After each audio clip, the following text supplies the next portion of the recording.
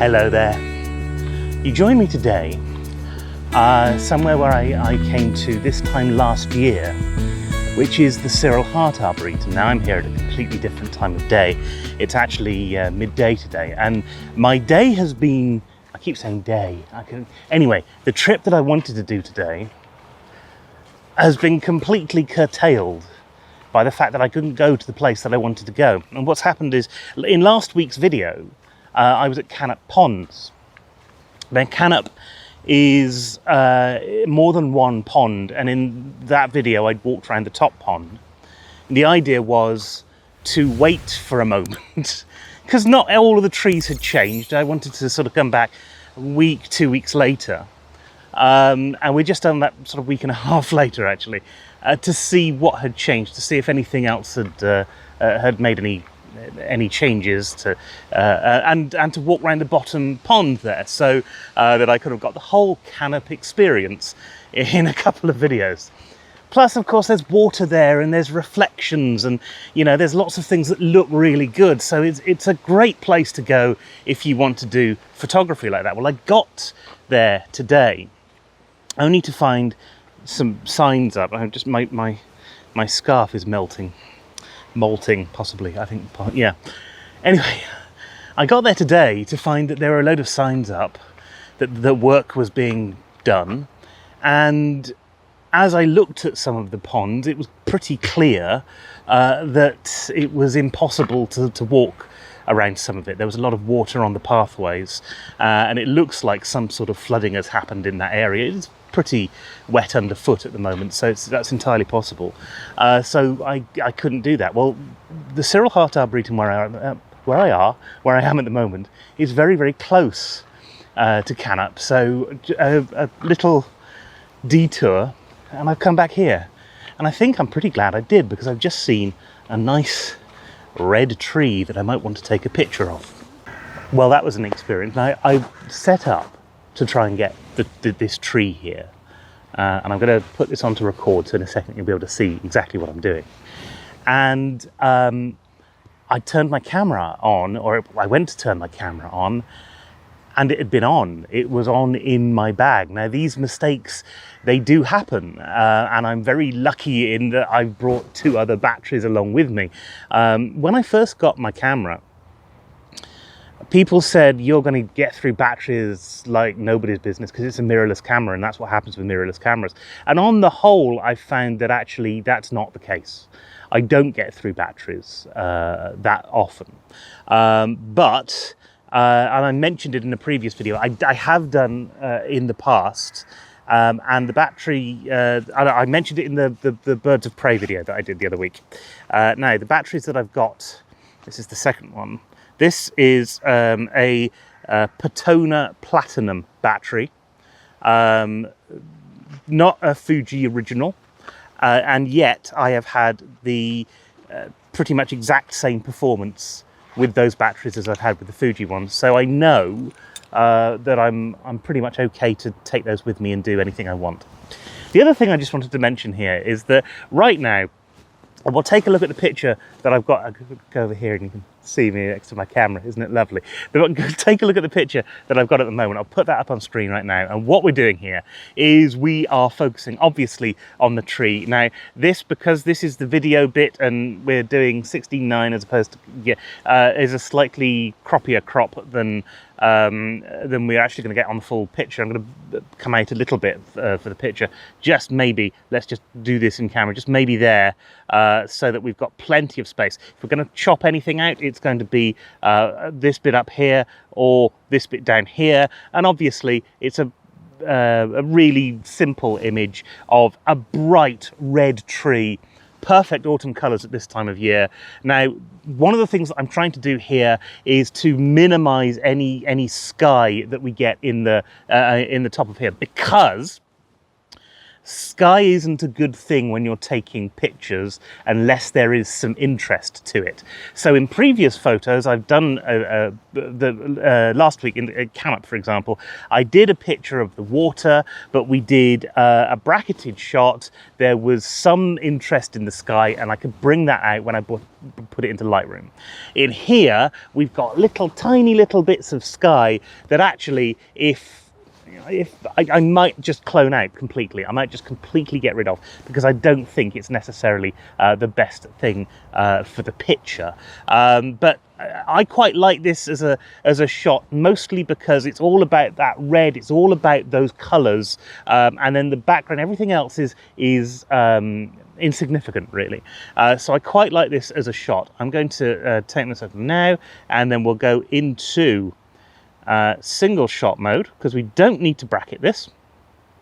It's not often that I can do single shot mode. The framing is about right. I'm just going to check. Yeah, we're straight, which is always a bit of a problem. I'm going to adjust the shutter speed to 60 so that we're balancing out our exposure. That's what this is doing. We're at f4.5. It doesn't need to be a particularly deep depth of field. 4.5 is perfectly fine for this, and we're at an ISO of 160, so we should get a relatively grainless image. 160 is the native for the camera, so it should be pretty good. Now I'm going to take this image. I'll put this on the Q menu and make sure that I've got 2 seconds, so that any camera shake isn't going to happen as I take the picture like that. And I will just have a quick look at it, because as much as people say don't do pixel peeping, how many of us actually pay attention to that? Now, it is a bit windy, and I do think maybe 60 is too little. So let's change this up a little bit, and we'll put it on. In fact, now everything's moving completely. So what I could do is go to, I'm making this up as I go along. Go back down to here. Okay, so we're at shutter speed of 4 at f14 and 80th of a second.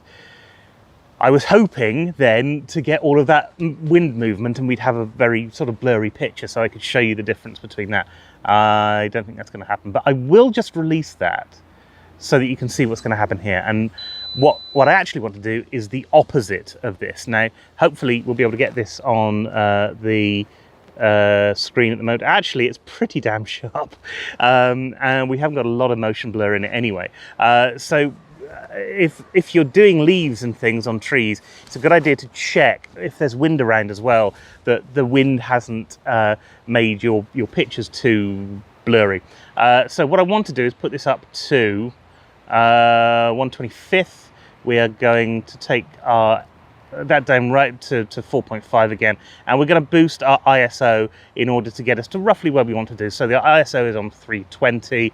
The idea of this, of course, is that it should get everything as sharp as possible. And now I've got some options when I go back into Lightroom. If the first one was okay, the first one was okay. But if not, that means that I can use this one that I've just taken and be much nicer, much sharper. The other thing I should mention, actually, is that at the moment, I've got my camera on a tripod. For this particular shot, there is no need for me to have my camera on my tripod. You could handhold this without any problem at all. The reason that I do this sometimes is so that I can show you what I'm doing in the camera, that I can show you the sort of shot that I'm getting. I can show you how we're putting all of this together. Normally, if I was just wandering around, I would have my camera slung around my neck, see a picture I'd like, and I'd take it, because we are not. That's lovely. There's a picture over there. It's gone. It's gone.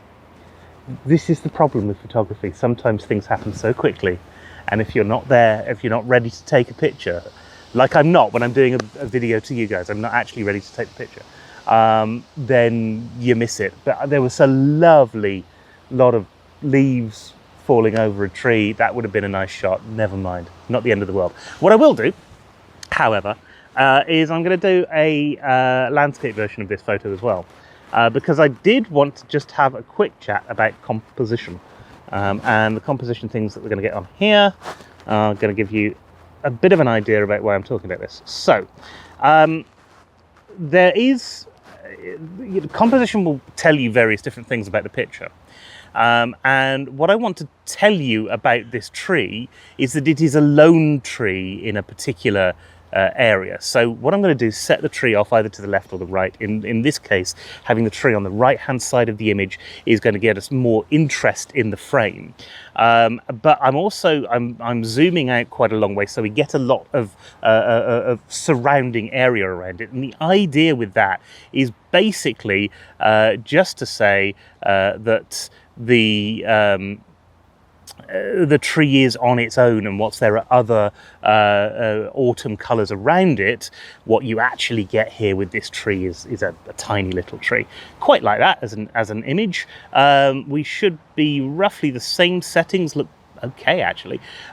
So we will do one of them. I think I might be able to put the... Yeah, I can... Okay, right. So, right, f4.2, I've just brought that down just a little bit. Still 1/25th, just to take any wind into account. And at 320, I'm going to shift this over just a touch to give me a bit of space. And 2-second timer. And we're done. And that's it. That's it. So hopefully that space around it will give you an idea of the tree being on its own, will give you an idea of loneliness. And filmmakers do this all the time. And it's a really great idea to get a primer in what filmmakers do and how filmmakers use cameras, because they use their cameras to tell a story all the time. And it's those stories that we can tell, and we can tell them through a single image as well, that actually really make your photography great. And that's what we want, right? Isn't it? Great photography. I don't always get it right. I'm not saying that I do. But you know what? Top photographers don't always get it right as well. The secret is to at least try. Because then, more times than not, you'll get something which is pretty good. We'll start off by taking a look at that second image that I took. This is the tree standing alone, but I really wanted to pull as much of the red out of it as I could and add in some orange. I thought the final effect was actually quite pleasing, but it doesn't really convey that solitude that I was going for when I originally took the photo. But this often happens, of course, that a photo that you take in the edit becomes something else, or that you see something different in an image once the pressure of taking a photo is removed. On the other hand, this image is pretty much what I had in mind. You can see that I cloned out some of the sky in the background, and this photo is really about the colour of the tree. So I accentuated it in Lightroom along with darkening down some of the greens in the image. Let me know what you think in the comments. As I walked around the Arboretum, I came across a well-placed bench. I'm now sitting in front of some giant fir trees, and one of the brilliant things about coming to an Arboretum is that you get to see trees that you would never have seen in the wild in England, or you get to see trees grouped together in such a way that they are more aesthetically pleasing. So if you are close to an Arboretum, or if you're within driving distance of one perhaps, then a visit there is a great opportunity to spend some time in some woodland, which is a good, nice, fun, relaxing thing anyway, and also to take some pictures of trees and flora, not necessarily fauna, but flora definitely, that you might not see anywhere else, because these are places that have been laid out, that some thought has gone into them. They haven't just grown up over time. And whilst ancient forests are fantastic and great, I'm intending to go to many more of them, the shots that you can get here are going to be a little bit different. And one of the things I always try and do when I'm in a forest is try and separate things out. You want to have shots that are relatively simple, because actually it's showing that simplicity in a shot that can make that can let you understand a forest in a way that the general tangle of branches and woodland might not. That can be very difficult to do if you're not in somewhere like an Arboretum, because the Arboretum itself is laid out quite nicely and aesthetically and all of that stuff. I did try and do that on a shot that I've just taken, and it brought to mind something that I've been wanting to talk about, and I tend to completely forget when I'm kind of in the out here doing stuff. I shoot in RAW and JPEG. And I shoot in RAW largely so that when I can get it back into Lightroom, I can play around with it as much as I want, and I'm not going to lose image quality, which you would lose with JPEG. There's fewer adjustments that you can make before the JPEG starts to disintegrate. Well, I've just had this experience of trying to get a shot right and wanting to get particular settings for a shot right now. The settings that I ended up using were an ISO of 640, which is very high, and a shutter speed of 125, because I really wanted to make sure I was eliminating any camera shake, because I was standing in an awkward position and I was moving around a little bit. So the boost to ISO let me do the 125. Even then, the exposure meter on the side of the camera was telling me that I was one stop underexposed. I looked at the picture when I'd taken it, and it was perfectly fine. It was what I wanted to take from it. And so this kind of brought me onto this whole idea of mirrorless, and why mirrorless I think is a really good idea. In this camera, I have a viewfinder which will change depending on the settings that I have on here. So if you are somewhere where you can see the actual picture in front of you, you know what you're going to take. It's really important to have that understanding about what you're going to take. And whilst exposure compensation, whilst the exposure meter on the left hand side can give you some idea of what you're going to get when you get back into Lightroom, sometimes you want to use your exposure in order to create the artistic feel that you want from an image. You want to get as much in camera as you can before you take it and edit it in something like Lightroom. So don't be afraid to play around with this. Always get a safety shot if you're not sure, but don't be afraid to kind of play around with your exposure in order to get the look and feel from your photos that you want. Tell you what, I think it might be starting to rain here, so let's just take a quick look at that picture that I took of those trees. Here is that image of the trees, and as you can see, it's perfectly sharp.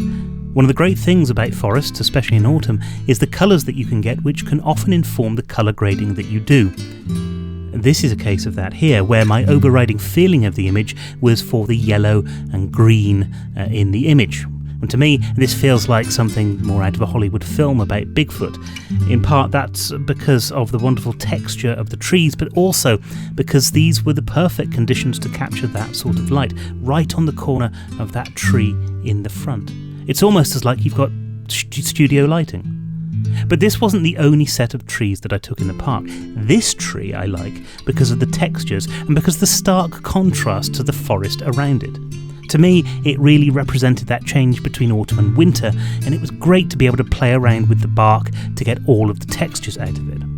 This is, of course, one of the benefits of going to an arboretum, as you're not likely to have those two sets of trees and two completely different scenes so close together in real life. This is going to be my last shot of the day. You can probably just see it just behind me. There is a tree, beautiful autumn colours, and it's absolutely perfect for a shot because it's against a very dark area. Now I'm going to be bracketing this shot and I'm going to be hand holding this shot, and we're going to see how it goes. I am at 120th of a second at f8 and an ISO of 400. And what we managed to get here is a photo where the colours are the main thing. But this, unlike the photos that I've done in the past, I don't think this is going to need as much editing in order to make it stand out the way that I want it to. I'm not having to deal with vast changes between light and dark in one particular image. I'm not having to deal with leaves that have really harsh sunlight on them at one point and then absolute darkness in another. What I'm having to deal with rather is the trees behind it, the landscape behind it is very dark, and that is why I'm bracketing. So we're exposing first of all for that one tree, which should look absolutely lovely, and then I'm going to be able to bring in a little bit more detail in the shot so that you've got that the way I see it rather than the way that a camera will see it. That's the idea anyway. And for this particular trip into the Arboretum, I think it's been a pretty good one. I think I've got a couple of good shots here. I'm pretty pleased with what I've got out of it. I'm going to take a look. We'll take a look at what I got out of this in Lightroom now, and hopefully you've enjoyed today's video and you'll give it a massive thumbs up and everything. I'll see you in the voiceover. And here is the final tree of the day. Or was it? Well, we'll come to that in a bit. This is a slightly different feel to the tree that we had at the beginning of the video, and I feel this is much more realistic in terms of the shot. It did need darkening down a little, however, so that the luminance of the image didn't override the wonderful colours of the tree. I was also able to get this shot of some bark, and I liked it because it really stood out. It's a very light bark which really stood out amongst the trees that were around it. It's not perhaps the most amazing shot, but something that I quite like to play around with, and maybe would like to play around with a little bit more in the future.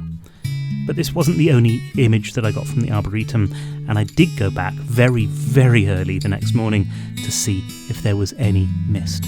With luck, there was, and I managed to capture this image, which I really like. Not perhaps the sort of mist that makes the image overly dramatic, but you definitely get a little bit of extra interest here.